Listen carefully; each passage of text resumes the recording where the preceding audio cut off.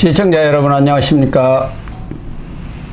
고영신의 시사논평 전해드리겠습니다. 정청래 국회 법사위원장이 12일 헌법재판소에 나왔다가 재판관들에게 혼쭐이 났습니다. 혼쭐이 난 정도가 아니라 박살이 났다는 표현이 더 적절할 것 같습니다.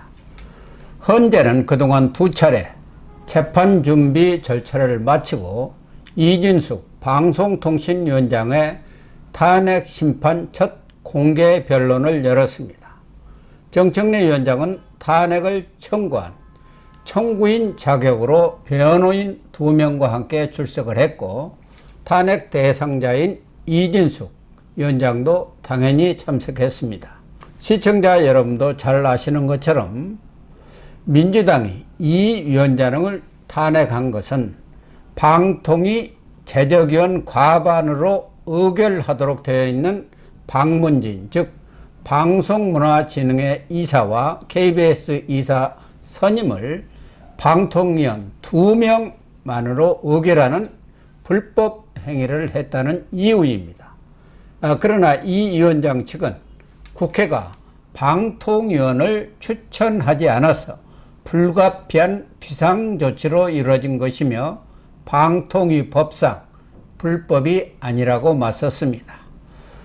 헌재 재판관들이 문제를 삼은 것은 2인 체제의 적법성과는 별개로 왜 국회가 당연히 법상 추천 의무가 있는 방통위원을 추천하지 않고 있느냐는 것입니다. 국회가 정상적으로 방통위원을 추천했더라면 불법 문제 자체가 생기지 않았을 것 아니냐는 것이죠. 국회가 스스로 법을 어겨 국가기관을 마비시켜 놓고 그 결과 발생한 방통위 2인 체제의 심의 의결을 문제 삼아 탄핵 소추하는 것이 타당하냐는 질책입니다. 이 문제는 방통위나 헌재가 어떻게 보면은 동병상련이라 할 수 있겠습니다.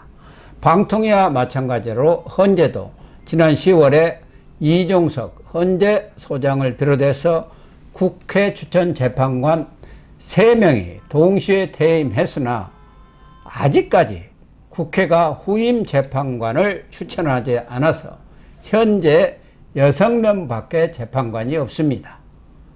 방통위도 3명이 공백이고 헌재도 3명이 공백 상태입니다. 헌재는 원래 7명의 재판관이 출석해야 심리가 가능하고 6명 이상이 동의해야 판결이 이루어지도록 되어 있습니다. 이 때문에 이진숙 방통위원장이 헌재의 탄핵 심판 절차가 중단되어서 심판받을 권리가 침해되었다고 가처분 신청을 냈는데요.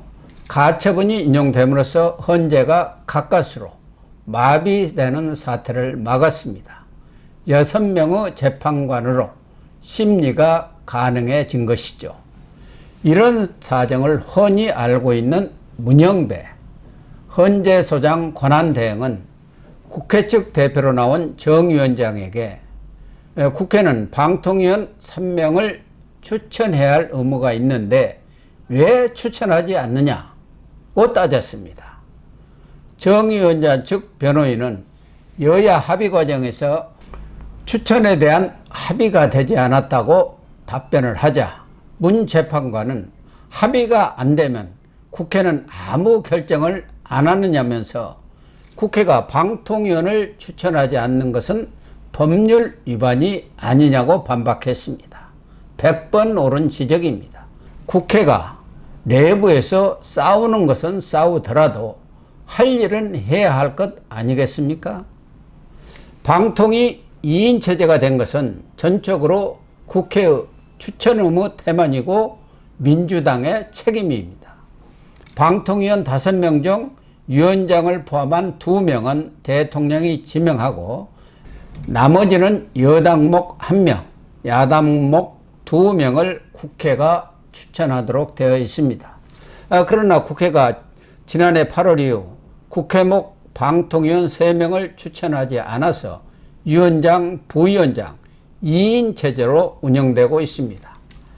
정 위원장 측은 당시 최민희 현 국회 과방위원장을 야당목 방통위원으로 추천했으나 윤석열 대통령이 임명을 보류하면서 여야 충돌로 방통위원 추천이 이루어지지 않았다고 해명했는데요. 윤 대통령이 임명을 보류한 것은 맞지만 당시 최민희 위원장은 가짜 뉴스를 퍼뜨린 처벌 전가가 있고 KT, SK 등 유선사업자 단체 상근 부회장을 지낸 경력 때문에 이해 충돌 여지가 있어서 임명이 보류된 것입니다. 이후 최 위원장은 방통위원 후보를 사퇴하고 국회의원에 출마해 당선되었는데도 민주당은 계속 추천을 미뤄왔습니다. 야당목 2명을 추천을 할 경우 방통위 구조가 여 3명, 야 2명이 됩니다.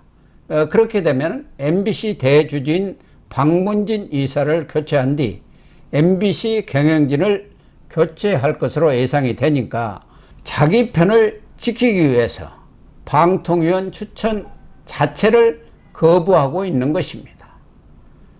방통위를 2인 체제로 마비시켜놓고 불가피하게 2인 체제로 박문진 이사 교체를 진행한 이진숙 방통위원장을 탄핵한다는 것은 앞뒤가 전혀 안 맞는 처사이죠. 이 점을 문영배 재판관이 날카롭게 지적하는 것이고 헌재의 전체적인 기류가 아닌가 생각합니다.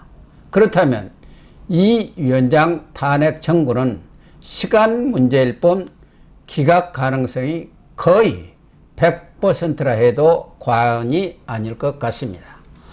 앞서 잠시 언급한 것처럼 헌재 역시 정치권의 추천목 다툼으로 재판관 3명이 공석인 절름발이 신세입니다. 김영두 재판관은 국회가 지난달 17일 퇴임한 3명의 재판관 후임을 선출하지 않는 문제에 대해 일침을 가했습니다. 김 재판관은 국회가 제 할 일을 하지 않는 것인데 국회의 책임 외에 다른 누구 책임이 있느냐? 국회의 뜻은 헌재는 일하지 말라는 것인가? 라고 따져 물었습니다. 그러면서 국회에서 논쟁하는 사정이 있다면 헌재나 방통위 같은 국가기관들은 국회가 추천을 해 줄 때까지 역할을 하지 말고 그냥 기다리는 것이냐고 추궁했습니다. 정청래가 여기에 무슨 할 말이 있겠습니까? 정 위원장은 국회에 책임이 없다는 것은 아니라면서도 대통령이 최민희 방통위원을 임명하지 않아서 발생한 문제라고 둘러댔습니다. 전혀 설득력이 없는 답변이죠. 한마디로 벙 쪄가지고 박살이 난 것입니다. 특히 문영배, 김영두 두 재판관은 문재인 전 대통령, 김명수 전 대법원장이 추천한 사람입니다. 어떻게 보면 자기 편이라고 할 수 있는 사람들이 민주당의 행태를 매섭게 몰아붙인 것입니다. 민주당은 아직도 국회 추천목 재판관 3명 중 2명을 자신들이 추천해야 한다고 고집하고 있습니다. 여야 교섭단체가 각 1명씩을 추천하고 1명은 여야가 합의해서 추천하면 되는데 총선에서 압승했으니 2목을 달라는 것입니다. 완전 놀부심보입니다. 헌재는 다음 달 3일 변론을 재개하기로 했는데요. 아무튼 신속하게 재판을 진행시켜서 이 위원장이 복귀해 방통위가 정상화되도록 해야 하고 정치권도 헌재 재판관들의 뼈 때리는 질책과 충고를 귀담아 들어서 하루속히 국회목 방통위원과 헌재 재판관을 추천해 주길 바랍니다. 방송 마치겠습니다. 시청해 주셔서 감사합니다.